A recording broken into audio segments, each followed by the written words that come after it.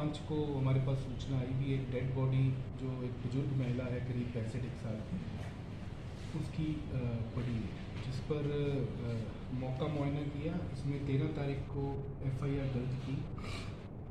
उसमें जो घटना है वो देखने से 12 और 13 की मध्य रात्रि की लग रही थी, जिसमें बुजुर्ग महिला को उसका मुंह पूरा बांध के स्ट्रेंगुलेट किया गया और गले पे भी कट लगाया गया और उसको पूरा खाट के साथ बांध के बहुत ही बुरे तरीके से उसकी मर्डर किया गया था। घटना के बाद FIR दर्ज होने के बाद टीमों का गठन किया गया, अलग अलग टीमों का।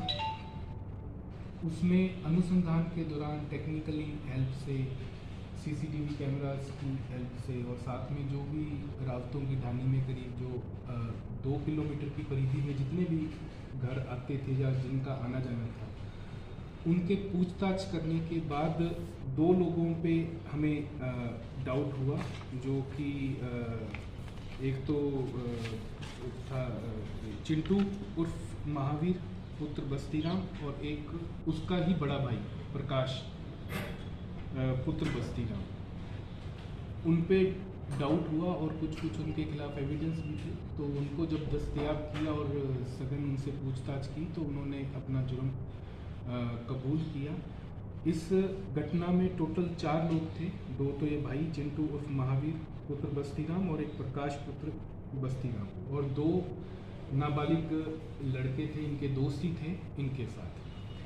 घटना का शुरू इस हिसाब से होती है। ये जो मृतका थी वो अकेली थी, निसंतान थी। इसके हस्बैंड की 2020 में कोरोना में डेथ हो गई थी, उसके बाद से ये अकेली थी।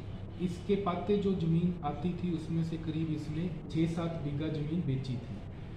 तो लोगों को ये पता था भी इसके पास करीब 30 लाख के करीब पैसा आया हुआ है, और उस पैसे को कुछ इसने अपने पति के इलाज के उसमें यूज़ कर लिया, बाकी पैसा इसके स्वयं के पास था। और वो रास और अपने गांव में आसपास ब्याज पे पैसे देने का काम करती थी। जो मेन अभियुक्त हैं चिंटू और प्रकाश, इसके जो पिता हैं बस्तीराम, इसका भी इनके साथ पैसों का लेन देन चलता रहता था।